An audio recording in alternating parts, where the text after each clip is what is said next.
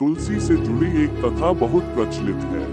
श्रीमद् देवी भागवत पुराण में इनके अवतरण की दिव्य लीला कथा भी बनाई गई है। एक बार शिव ने अपने तेज को समुद्र में फेंक दिया था। उससे एक महातेजस्वी बालक ने जन्म लिया। यह बालक आगे चलकर जलंधर के नाम से पराक्रमी दैत्य राजा बना। इसकी राजधानी का नाम जलंधर नगरी था। दैत्यराज कालनेमी की कन्या वृंदा का विवाह जलंधर से हुआ। जलंधर महाराक्षस था। अपनी सत्ता के मद में चूर उसने माता लक्ष्मी को पाने की कामना से युद्ध किया, परंतु समुद्र से ही उत्पन्न होने के कारण माता लक्ष्मी ने उसे अपने भाई के रूप में स्वीकार किया। वहां से पराजित होकर वह देवी पार्वती को पाने की लालसा से कैलाश पर्वत पर गया। भगवान देवाधिदेव शिव का ही रूप धर कर माता पार्वती के समीप गया, परंतु माँ ने अपने योग बल से उसे तुरंत पहचान लिया तथा वहां से अंतर्ध्यान हो गई। देवी पार्वती ने क्रोध होकर सारा वृतांत भगवान विष्णु को सुनाया। जलंधर की पत्नी वृंदा अत्यंत पतिव्रता स्त्री थी। उसी के पतिव्रत धर्म की शक्ति से जलंधर न तो मारा जाता था और न ही पराजित होता था।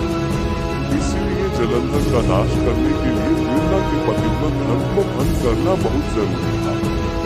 इसी कारण भगवान विष्णु ऋषि का वेश धारण कर वन में जा पहुँचे, जहाँ वृंदा अकेली भ्रमण कर रही थी। भगवान के साथ दो मायावी राक्षस भी थे, जिन्हें देखकर वृंदा भयभीत हो गई। ऋषि ने वृंदा के सामने पल में दोनों को भस्म कर दिया। उनकी शक्ति देखकर वृंदा ने कैलाश पर्वत पर महादेव के साथ युद्ध कर रहे अपने पति जलंधर के बारे में पूछा। विष्णु तुलसी के रूप में सदा मेरे साथ रहोगी।